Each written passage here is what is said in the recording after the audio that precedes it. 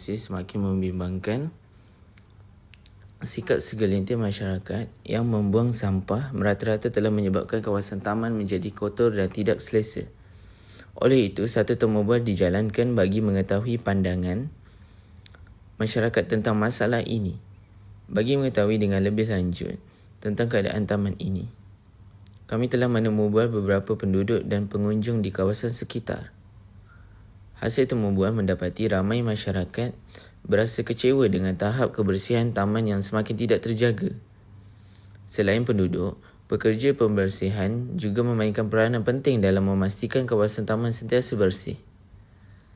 Kesimpulannya, kebersihan taman merupakan tanggungjawab bersama.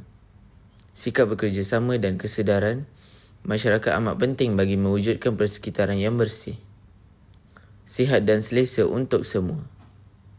Jagalah kebersihan hari ini demi keselesaan generasi akan datang. Kebersihan bermula daripada diri kita sendiri. Assalamualaikum warahmatullahi wabarakatuh.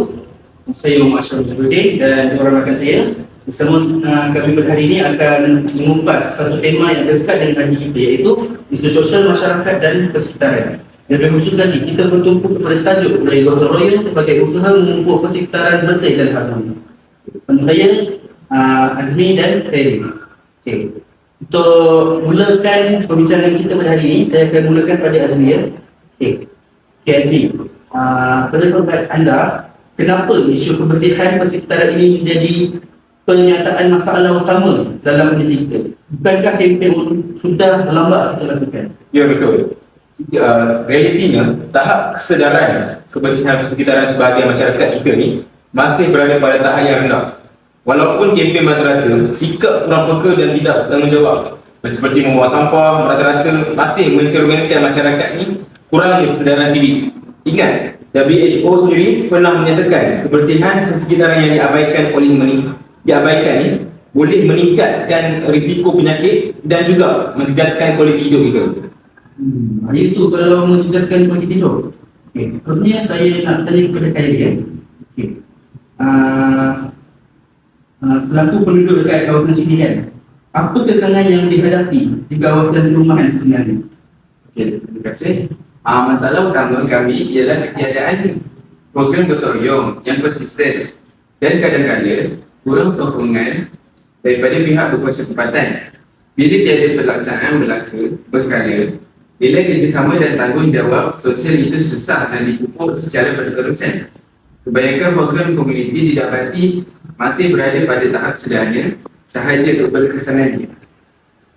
Saya sokong dengan kenyataan Kai dan kajian dalam jurnal Public Participation in Environmental Management oleh Sadrin Niaraki 2020 mengesahkan bahawa penglibatan aktif masyarakat dan sokongan pihak berkuasa amat kritikal untuk pengurusan kebersihan. Malah isu komunikasi dan koordinasi yang lemah juga boleh menjejaskan keberkesanan program, seperti yang dinyatakan oleh Prof. Hayati Rafidah tahun 2021 dalam kajiannya di bawah JBPM. Sebab itulah sebenarnya pentingnya kerja ini dibentuk untuk menjawab tiga soalan utama kita, iaitu apakah peranan budaya gotong royong dalam meningkatkan kebersihan persekitaran, sejauh mana ia mengurangkan masalah pencemaran di kawasan perumahan, dan apakah langkah untuk menggalakkan masyarakat menyertai aktiviti ini. Tepat sekali, fikir untuk objektif-objektif tersebut, pendekatan kualitatif telah dipilih bagi memahami pandangan, pengalaman dan persepsi masyarakat secara langsung. Azmi, bagaimana data ini dikumpul? Jadi kajian ini dijalankan di kawasan perumahan yang terlibat dengan aktiviti gotong royong lah. Seramai 5 orang responden dipilih menggunakan kaedah persampling bertujuan purposive sampling yang terdiri daripada penduduk setempat yang berpengalaman. So instrumen utamanya ialah untuk kita temu bual secara berstruktur, secara bersemuka atau secara dalam talian. Bagi membolehkan jawapan ni dia lebih terbuka dan terperinci. Segala rakaman dan nota kemudiannya dianalisis menggunakan analisis tema. Menarik. Jadi, soalan temu bual itu nanti dibahagikan mengikut objektif, betul tak? Ya, contohnya untuk peranan gotong royong, soalan seperti bagaimana aktiviti ini membantu menjaga kebersihan dan adakah ia memupuk kerjasama. akan ditanya. Betul tak Khairi? Ya betul. Bagi aspek keberkesanan pencemaran pula, instrumen akan menyentuh sejauh mana masalah sampah dikurangkan dan mengapa setengah penduduk tidak mahu menyertai. Manakala untuk langkah galakan pula, soalan tertumpu kepada keberkesanan pemberian insentif seperti hadiah atau makanan serta peranan pihak berkuasa tempatan. Melalui kaedah ini, diharapkan yang kita ni dapat gambaran jelas tentang kepentingan gotong royong dalam untuk kita memupuk sekitaran yang bersih serta mencadangkan langkah penambahbaikan yang konkret.